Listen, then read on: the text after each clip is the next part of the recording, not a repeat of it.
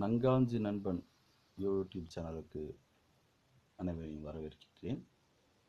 நாம் வசிக்கக்கூடிய இந்த பூமி கோள வடிவம் என்று நாம் படிச்சிருக்கோம்.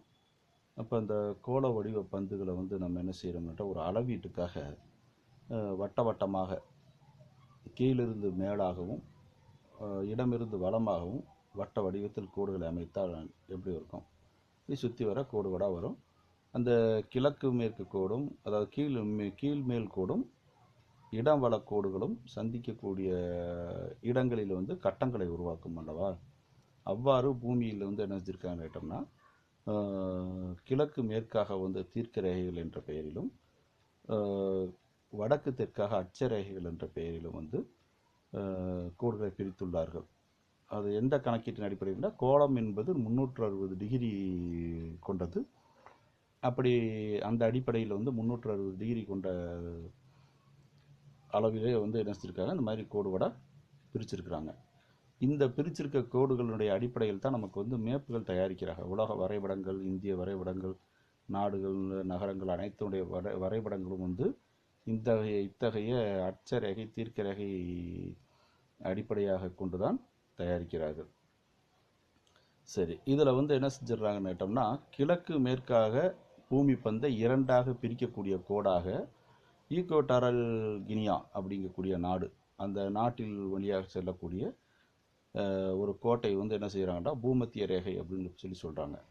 இது ஏன் இந்த மாதிரி சொல்கிறாங்கன்னு கேட்டால், அந்த இடத்துல காந்த விசையினுடைய தன்மை எப்படின்னு கேட்டால் நடுநிலைமையுடன் இருக்கும் அந்த கோட்டில்.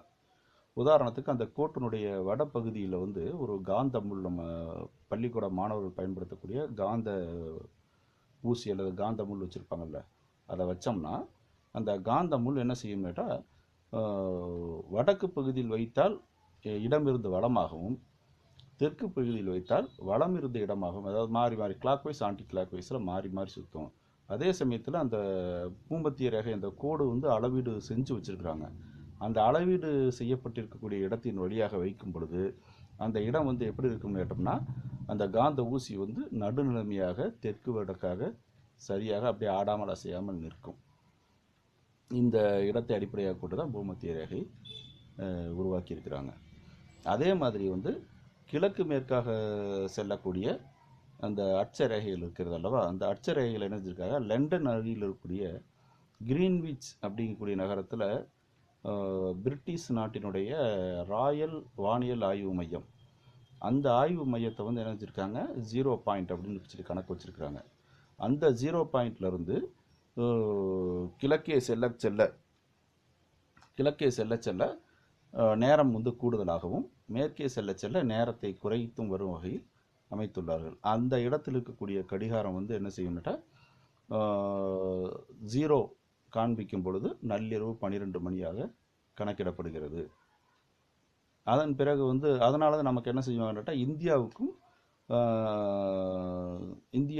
இங்கிலாந்துக்கும் இடையே செந்தர நேரம், அதாவது இந்த தர நேர வித்தியாசம் இருக்குது அல்லவா, இது சுமாராக 5.5 மணி நேரங்களுக்கு ஒட்டி இருக்கும்.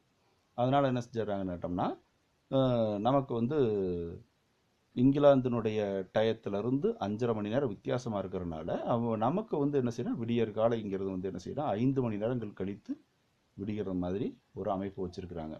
அதனால தான் என்ன செய்வாங்கன்னு கேட்டோம்னா, இங்கிலாண்டில் புத்தாண்டு தினம் கொண்டாடிய 5 மணி நேரம் கழித்து தான் நமக்கு புத்தாண்டு வர்ற மாதிரியான ஒரு அமைப்புகள்லாம் இருக்குது. இது நீங்கள் டேட்டாஸ் உங்களுடைய மொபைல்களில் இருக்கக்கூடிய வேர்ல்டு டைம் அப்படிங்கக்கூடிய அந்த அப்ளிகேஷனில் போய் பார்த்தீங்கன்னாவே உங்களுக்கு நல்லா தெளிவாக தெரியும்.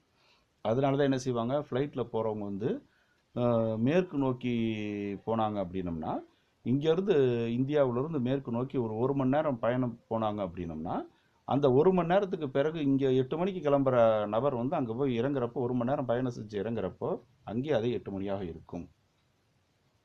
ஒரு ஆச்சரியமாக இருக்கும் அல்லவா? அதே மாதிரி இந்தியாவிலிருந்து கிழக்கே செல்லக்கூடிய ஒரு நபர் 1 மணி நேரம் 8 மணிக்கு பயணம் செஞ்சார்னா 9 மணிக்கு போகணும் அல்லவா, அவர் அங்கே 10 மணிக்கு போகிற மாதிரியா இருக்குது. அது ஒரு மாதிரியான வித்தியாசமான ஒரு, நமக்கு புதிதாக விமானத்தில் செல்பவர்களுக்கு இது நிறைய கோளாறுகளை எல்லாம் ஏற்படுத்துவதாகவும், இதற்கு ஒரு வியாதி பெயரே வச்சிருக்கிறாங்க. இத்தகைய இந்த கற்பனை கோடுகள், அதாவது கடக அட்சரேகை மற்றும் தீர்க்கரேகை கோடுகள் வந்து ஒவ்வொரு நாட்டிலும் வந்து ஒவ்வொரு டிகிரி அளவிலான, அதாவது அந்த 0 பாயிண்ட்லேருந்து, இப்போது நமக்கு அட்சரேகைனா இங்கிலாந்திலிருந்து இருக்கக்கூடிய, இங்கிலாந்தை 0 என்று வைத்துக்கொண்டால் அதிலிருந்து அப்படியே 1-2 டிகிரி கூடுதலாவோ அல்லது குறைந்தாவோ செல்லக்கூடிய மாதிரியும், அல்லது பூமத்திய ரேகையிலிருந்து நமக்கு தீர்க்க ரேகைன்னு சொல்லி சொன்னோம்னா அதே மாதிரி 0, 1, 2, 3 அப்படின்னு சொல்லி கூடுதலாகவும் ஒரு ஒரு பக்கமாக கூடுதலாகவும் இன்னொரு பக்கம் குறைச்சலாகவும் செல்கிற மாதிரியான ஒரு அமைப்பு இருக்குது. அப்போ இந்தியாவில் இருக்கக்கூடிய அந்த கோடுகள் வந்து எந்த இடத்துல வருது அப்படின்னு கேட்டோம்னா, அலகாபாத் அப்படிங்கிற இடம் இருக்குது பற்றியா, உத்தரப்பிரதேசத்தில் இருக்கக்கூடிய அலகாபாத், அந்த இடத்த வந்து என்ன செஞ்சிருக்காங்க, இந்தியாவுடைய நடுப்பகுதியாக ஒரு கற்பனையாக எடுத்துக்கொண்டு நமக்கு இந்திய நேரம் வந்து கணக்கிடப்படுகிறது. இப்போ உதாரணத்துக்கு எப்படி நடத்தோம்னா, நமக்கு கிழக்கே இருக்கக்கூடிய அஸ்ஸாம் போன்ற மாநிலங்களில் சூரிய உதயம் வந்து என்ன செஞ்சிடும், கொஞ்சம் சீக்கிரமாக வந்துடும். அதே சமயத்தில் மேற்கு இருக்கக்கூடிய குஜராத் பகுதியில் லேட் ஆகும். அப்போ என்ன செய்யும், இங்கே வந்து 6:30க்கு சூரிய உதயம்னா அங்கே 6:30ங்கிற வந்து நினைஞ்சிருக்கும், சூரிய உதயமாகி பல நேரங்கள் ஆகிருக்கும். இந்த மாதிரியான ஒரு வித்தியாசத்தினால மக்கள் குழப்பம் அடைஞ்சிடக்கூடாது அப்படிங்கிறதுக்காக என்ன செஞ்சிடறாங்க, நமக்கு வந்து அலகாபாத் அப்படிங்கக்கூடிய இடத்த வந்து மையமாக வச்சு இந்தியா முழுக்க ஒரே நேரமாக கணக்கிட்டுள்ளார்கள். சரியா? இப்போ வந்து சரி, இவ்வளோ தூரம் எதுக்கு சொல்கிறேன்னு சொல்லி கேட்குறீங்களா? இப்போ இந்த அட்சரேகை தீர்க்க ரேகையில் இருக்குது பற்றியா, இந்த அட்சரேகையில் வந்து கிழக்கு மேற்காக செல்லக்கூடிய இந்த அட்சரேகை 77.5 டிகிரி, 50 டிகிரி.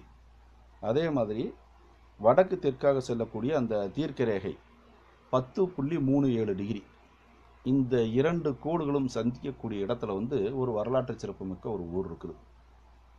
அது என்ன ஊர்னா, என்னுடைய சொந்த ஊர் இடையக்கோட்டை தான். அடுத்தடுத்து பேசுவோம். நன்றி.